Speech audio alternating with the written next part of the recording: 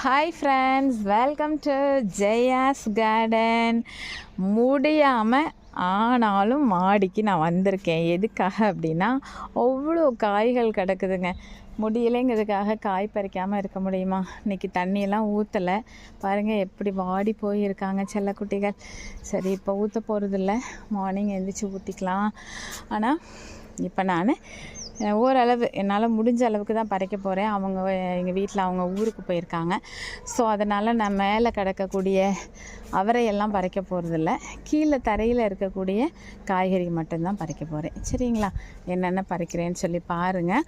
அதுக்கு முன்னாடி ஜெயாஸ் கார்டன் சேனலை சப்ஸ்கிரைப் பண்ணல அப்படின்னா சப்ஸ்கிரைப் பண்ணிக்கோங்க. அப்படியே பக்கத்தில் இருக்கக்கூடிய பெல் ஐக்கானை ஆல் ஆப்ஷன் போட்டு வச்சுக்கோங்க. அப்படி தான் போடக்கூடிய வீடியோக்கள் உங்களுக்கு உடனுக்குடனே நோட்டிஃபிகேஷனில் வரும். ஃப்ரெண்ட்ஸ், வாங்க வீடியோக்குள்ளே போகலாம்.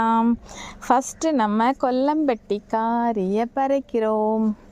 மருந்து கூட அடிக்கணுங்க இந்த வாரம், பட் முடியாததுனால மருந்தெல்லாம் அடிக்கலை. கொஞ்சம் உடம்பு வந்து ஒத்துழைக்கலைங்க, நல்லாவே முடியலை. நாளைக்கு டாக்டர்கிட்ட அப்பாயின்மெண்ட் போட்டிருக்கேன். ஆர்த்தோட்ட தான் போகணுன்னு முடிவு பண்ணியிருக்கோம். சரி, கத்திரிக்காய் தான் ஃபஸ்ட்டு பறிக்க போகிறேன். ஏன்னா கத்திரிக்காய் தான் நிறைய இருக்கிற மாதிரி இருக்குது. ஸோ வாங்க ஒன்று ஒன்றா பண்ணலாம். நான் ஃபஸ்ட்டு ஓமலூர் கத்திரி ஒன்றும், கொல்லம்பட்டி வந்து கொஞ்சம் நிறையவும் பறிச்சிருக்கேன். உங்கள்கிட்ட காமிக்க மட்டும் செய்கிறேன் ஃபஸ்ட்டு கத்திரிக்காய்கள்லாம். அதுக்கப்புறம் நான் வந்து பறிச்சிட்டு அப்புறம் வீடியோ போடுறேன். ஏன்னா அப்படி பறிக்க முடியாது. கையில் எதெல்லாம் எடுக்க முடியுதோ அதெல்லாம் மட்டும். இங்கே பாருங்கள், கொஞ்சம் சூத்தையெல்லாம் விழ ஆரம்பித்தாச்சு. நிறையவே பிரச்சனைகள்லாம் இருக்காங்க. இடையில கொஞ்சம் வந்து மருந்து அடிக்கணும், வேறு வழி இல்லை, அடித்தே ஆகணும். நாளைக்காவது கையில் ஒரு கைட்டெல்லாம் பறிக்கிறது சாத்தியப்பட மாட்டேங்குதுங்க. உள்ளே இரு. இவருங்க, இவெல்லாம் நிறைய காய்க்க ஆரம்பிச்சிட்டா.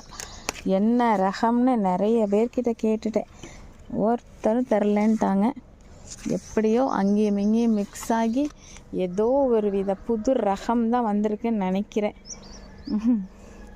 மேலே பாவாடை கிட்ட முள் இருக்குதுங்க. கீழே 2 விதமான கலர் இருக்குது. என்னன்னு புரியலை. தனித்தனியாக வைப்போம் எல்லாத்தையும். எத்தனை ரகம் பறிக்கிறேன்னு தெரிய வேணாமா? பறிச்சிட்டு அதுக்கப்புறம் உங்ககிட்ட நான் காமிக்கிறேன். ஏன் அப்படின்னா, வீடியோ எடுத்துகிட்டே பறிக்கிறது கொஞ்சம் சிரமமாக இருக்குது, டயர்டாகிடுமோன்னு கொஞ்சம் தோணுது. ஸோ கத்திரி மட்டும் பறிச்சிட்டு வந்து அதுக்கப்புறம் உங்கள்கிட்ட நான் காமிக்கிறேன்.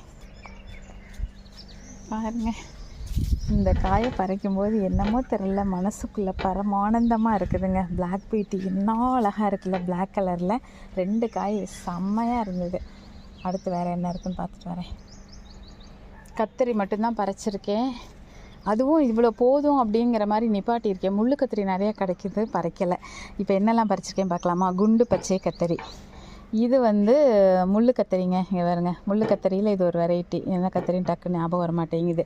இது வந்து பச்சை நீட்டு கத்திரி, இது ஊதா கத்திரி. அதுக்கப்புறம் இது வந்து பூனைத்தலை கத்திரி, இது வெள்ளை கத்திரி, இது பெயர் தெரியாத கத்திரி, இது ஓமலர் கத்திரி, இது கொல்லம்பட்டி கத்திரி, இது வந்து ஊதா கத்திரி தான். தனித்தனியாக வருது, இது கொத்தா வருது. இது வந்து ஒரிஜினல் வழுதுனங்காய். எத்தனை? 1 2 3 4 5 6 7 8 9 10 11 12 13 வகை இப்போதைக்கு பறிச்சிருக்கேன். இன்னும் ஒரு சில முள்ளு கத்திரி கிடக்குது, அதெல்லாம் பறிக்கலை. இன்னும் நிறைய வெரைட்டி இருக்குது, அதெல்லாம் பறிக்கலை.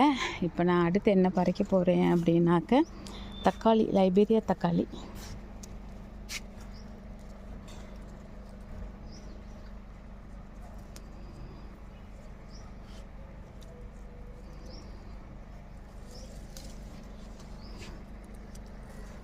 ஓரளவு இப்போ காமிச்சிட்டேன்ல, ஒரு கைட்டு பறிக்க முடியல. ஸோ பறிச்சிட்டு உங்கள்கிட்ட நான் எவ்வளோ பறிச்சிருக்கேன்னு காமிக்கிறேன். சரிங்களா? தக்காளி, மடிப்பு தக்காளி, நாட்டு தக்காளி, லைபீரியா தக்காளி எல்லாம் பறிச்சிக்கிட்டேன். ஓரளவு இவ்வளோ தான் இருந்தது. இப்போ வந்து நம்ம மிளகாய் பறிச்சுக்கலாம். ஃபஸ்ட்டு வந்து வயலட் மிளகாய் பறிக்கிறேன்.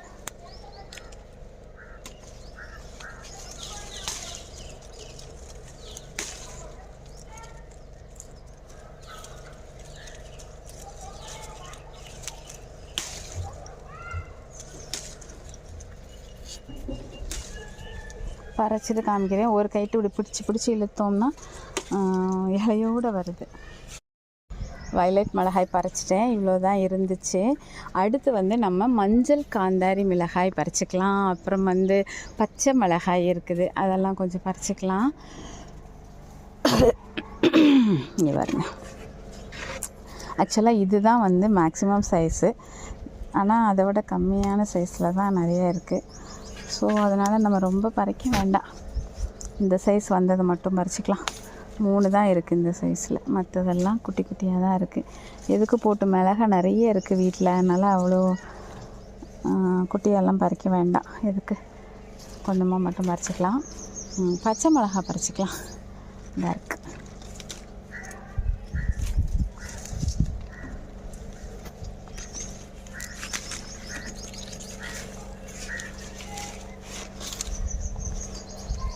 நான் பறிச்சிட்டு காமிக்கிறேன். இந்த ஒரு செடி இருக்குது, ரெண்டாவது இங்கே ஒரு செடியில் வேறு நிறையா கிடக்குது பார்த்தீங்களா, நிறையவே இருக்குது. ஸோ எல்லாத்தையும் பறிச்சிட்டு உங்கள்கிட்ட காமிக்கிறேன். வச்சுக்கிட்டே பறிக்கிறது கொஞ்சம் முடியாத டைமில் இரிட்டேட்டிங்காக இருக்குது. அதனால் நான் பறிச்சிட்டு உங்கள்கிட்ட எவ்வளோ பறிச்சிருக்கேன்னு காமிக்கிறேன். பச்சை மிளகாய் இது ஒரு செடியில் உள்ளது, இந்த நீட்டமாக இருக்குது இது வேறு ஒரு செடியில் உள்ளது, இந்த மாதிரி குட்டையாக இருக்குது வேறு செடியில் உள்ளது. அது போக சந்தன கலர் காந்தாரியில் கொஞ்சம் நீளமானது, அது போக இது கொஞ்சம்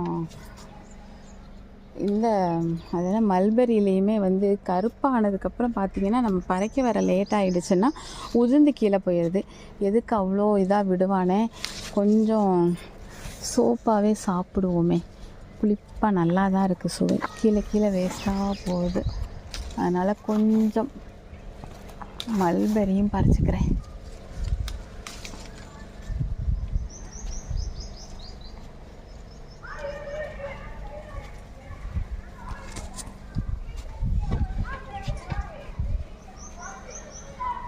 சரி, நாளைக்கு கொஞ்சம் பறிச்சுக்கலாம். நிறைய கிடக்கு, எட்டி பறிக்க முடியாது.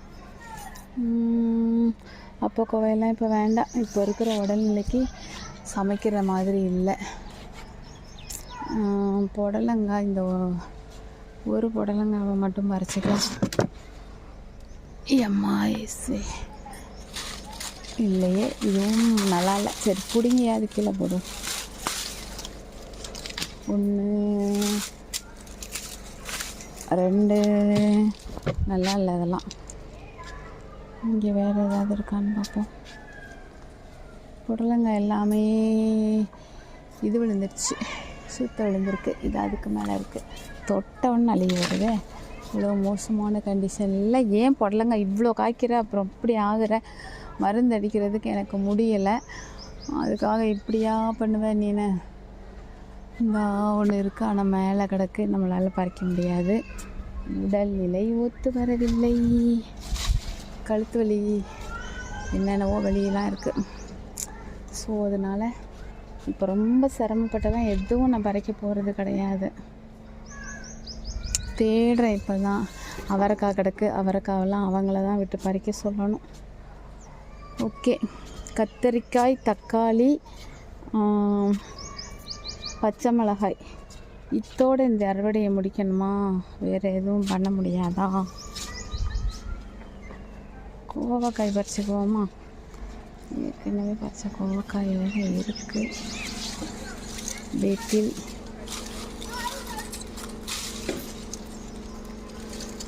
இங்கே வேறுங்க, கோவக்காயிலையும் அவ்வளவு பிரச்சனை பண்ணி வச்சுக்கிட்டு இருக்கிறா. இந்த பழையின்னு ஒருத்தி வந்து அவ்வளோ பிரச்சனை பண்ணுறா. மருந்தே அடிக்காமல் பல மாதங்கள் இந்த தோட்டத்தில் நல்லபடியாக வளர்த்துருக்கேன். ஆனால் இப்போ உடம்புக்கு சரியில்லாத நேரத்தில், என்னால் மருந்தும் அடிக்க முடியாத நேரத்தில் என்னைய இந்த பாடுபடுத்துனீங்கன்னா நான் என்ன பண்ணட்டும்? எப்போ மருந்து அடிக்க போகிறேன்னு எனக்கு தெரில. எக்ஸாம் டியூட்டிக்கு நாளையிலேருந்து போகிறதே எனக்கு மலப்பாக இருக்குது. கை கொள்ளலை, மீட் பண்ணிக்கிறேன். ஏதோ 1-2 கோவக்காய் இருக்கும் பறைக்கலான்ட்டு கையை போய் வச்சுட்டேங்க. பார்த்தா இங்கே பாருங்க 1/2 கிலோ தேரும் போல் அவ்வளோ கோவக்காய். இன்னுமே சரியாக பறிச்சிருக்கேனான்னு எனக்கு தெரில, அவ்வளோ கோவக்காய் கிடக்குது. ஓரளவு பறிச்சிட்டேன். இதுவே தாம்பழம் நிறைந்து விட்டது. இதுக்கு மேலே அவரைக்காயெல்லாம் நிறைய கிடக்குது, பீக்கங்காய் கிடக்குது. அதெல்லாம் இப்போ நமக்கு பறிக்க முடியாது. இப்படி மேலே அப்படி எட்டிக்கிட்டெல்லாம் பறிச்சிட்டேன்னா திருப்பி நமக்கு கழுத்து வலி வந்துடும், பயமாக இருக்குது. ஏன் வந்தது, என்ன நடந்தது, ஏன் இப்படி திடீர்னு சிக்கானே தெரில எனக்கு. அந்த அளவுக்கு முடியாமல் போயிடுச்சு. ஸோ அதனால் ரொம்பலாம் இப்போ ரிஸ்க் எடுக்க தயாராக இல்லை. ஓரளவு பறிச்சிட்டேன், 1/2 கிலோ கிட்ட பறிச்சிருக்கேன். திருப்பியும் பாருங்க கண்ணுக்கு 2 கிடக்குது கையில் பறிப்போன்ட்டு தாங்க உள்ளே வந்தேன். பார்த்தா கொதன்னு எனக்கு நைட்டில தான் பறிச்சேன். அவ்வளோ நிறைஞ்சு வலிஞ்சிருச்சு போங்க. அது போக ஒரு மாதிரி வம்பா போனது. இதெல்லாம் இந்த மாதிரி பிடிச்சி தூர போட்டுறதே ஒரு 1/4 கிலோ தூர போட்டிருப்பேன் போல. அவ்வளோ காணும். ஓகே, கத்திரிக்காயுமே நான் ஃபுல்லாக பறிக்கலைங்க. இந்த முழு கத்திரிலாம் வேணாம், நிறைய கிடக்குது, வேணான்னு விட்டுட்டேன், விதைக்கி விட்டாச்சு. போதுமா? அறுவடை இத்துடன் முடித்து விடலாமா?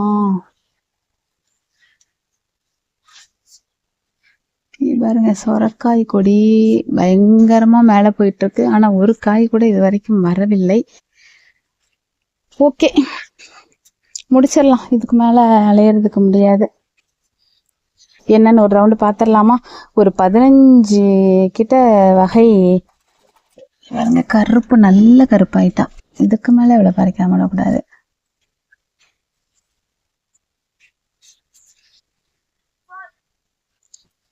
பதினஞ்சு வகை கத்தரி இருக்கு.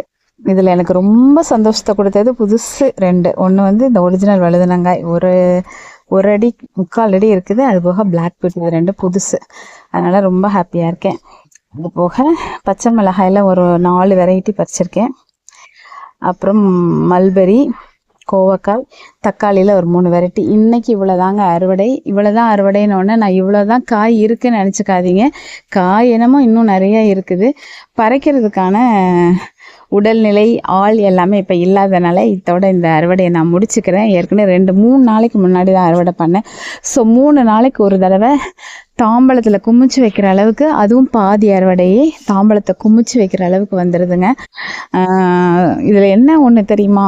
போன வாரம் நம்ம வாங்கி பறித்து வச்சதே இன்னும் நம்ம வீட்டில் காலி ஆகலை. ஏன் அப்படின்னாக்கா முடியாமல் போனதுனால எங்கள் வீட்டில் வந்து நீ ஃபுல்லாக ரெஸ்ட் எடு, கொஞ்சம் நல்லானதுக்கப்புறம் பார்த்துக்கலாம். ஏன்னா இது மாதிரி எப்போவுமே எனக்கு உடல்நிலை சரியில்லாமல் ஆனதே இல்லை. இதுதான் ஃபஸ்ட்டு டைம். வந்து ஃபஸ்ட் டைம் மீன்ஸ் எவ்வளோ முடியலைனாலும் நான் வேலை பார்த்துக்கிட்டே இருப்பேன், வண்டி ஓடிக்கிட்டே இருக்கும் முடியலைனாலும்.